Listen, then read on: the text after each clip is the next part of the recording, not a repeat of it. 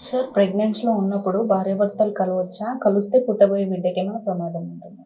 Pregnancy ఉన్నప్పుడు భార్యాభర్తలు కలవచ్చు. ప్రొవైడెడ్ అంతకుముందే వాళ్ళకేమైనా అబార్షన్ హిస్టరీ ఉండడం గానీ, ప్రిమెచ్యూర్‌గా డెలివరీస్ గానీ అట్లా ఉంటే కలవకూడదు.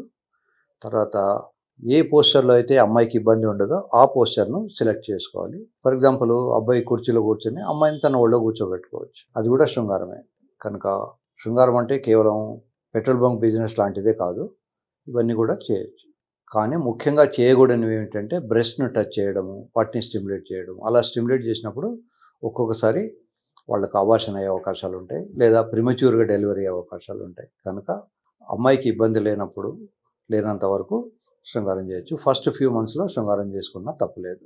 సామాన్యంగా ప్రెగ్నెంట్ లేడీసు ఎస్పెషల్లీ మన తెలుగు రాష్ట్రాలలో ఎక్కువ వరకు పొట్టిగా ఉంటారు. సో, ఈ మొదలే హైట్ తక్కువ. దానికి తోడు కొంచెం ప్రెగ్నెన్సీ వల్ల పొట్ట రావడము, వాళ్ళు చాలా ఇబ్బందులు పడుతుంటారు. ఆ టైంలో మళ్ళీ హస్బెండ్ వెయిటు మీద పడితే వాళ్ళు ఓర్చుకోవడం ఇబ్బందయితుంది. కనుక వాళ్ళ మీద వెయిట్ పడకుండా వీళ్ళు ఒకవేళ శృంగారం చేయదలుచుకుంటే చేయొచ్చు. ఎక్కువ థర్స్ట్ చేయకుండా, ఎక్కువ ఇబ్బంది పెట్టకుండా చేయాలి. యూజువల్‌గా ఏం చేయాలంటే, ఒక కొంచెం హైట్ ఉన్న టేబుల్ మీద అమ్మాయి పడుకోవాలి. అబ్బాయి వెయిటు అమ్మాయికి తగలకుండా కేవలం జననాంగాలు మాత్రమే తగిలేటట్టుగా అబ్బాయి నిల్చోవాలి. అటువంటప్పుడు ప్రెగ్నెంట్ లేడీతో కూడా సంసారం చేసినా ఇబ్బందులు ఉండవు. కనుక సంసారం చేయడం తప్పులేదు. కొన్ని జాగ్రత్తలు తీసుకోవాలి. అదే గనుక అంతకుముందే 2, 3 సార్లు హిస్టరీ ఆఫ్ అబార్షన్ ఉంది. 2 నెలలు, 3 నెలలకు అబార్షన్‌లు అయితున్నాయి. అట్లాంటి కండిషన్ తెలిసినప్పుడు ఈ జాగ్రత్తలు అసలు చేయకూడదు. ఈ శృంగారం చేయకూడదు. జాగ్రత్తలన్నీ తీసుకోవాలి. అలా ఫ్రీక్వెంట్‌గా అబార్షన్స్ అయ్యే వాళ్ళకు మేము కొన్ని జాగ్రత్తలు కూడా చెప్తాము. ఈవెన్ ప్రయాణాలు కూడా చేయకూడదు. ఒకవేళ ప్రయాణం చేయాల్సి వస్తే ముందే డాక్టర్‌గా కలిస్తే డాక్టర్ గారు హెచ్‌సిజీ అని ఒక ఇంజెక్షన్ రాసిస్తారు. ఇంజెక్షన్ వేసుకున్న second day they can travel it. తర్వాత ట్రావెల్ చేసిన తర్వాత కూడా మళ్ళీ వెంటనే అక్కడికెళ్ళిన తర్వాత ఇంకో ఇంజెక్షను, ఇంకో గ్లూకోజ్‌లో ఒక మందు కలిపి పెట్టించుకోవాలి.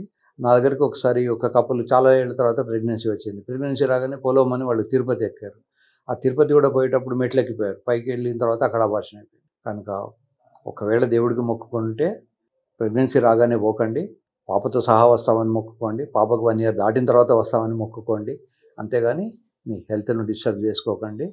ఒకవేళ ప్రయాణాలు చేసేది ఉంటే మమ్మల్ని అడగండి. మేము ప్రయాణానికి ముందు మందులు అవి ఇస్తాము. ఆ ఇంజెక్షన్స్ వేసుకున్న తర్వాతనే మీరు జర్నీ చేయొచ్చు.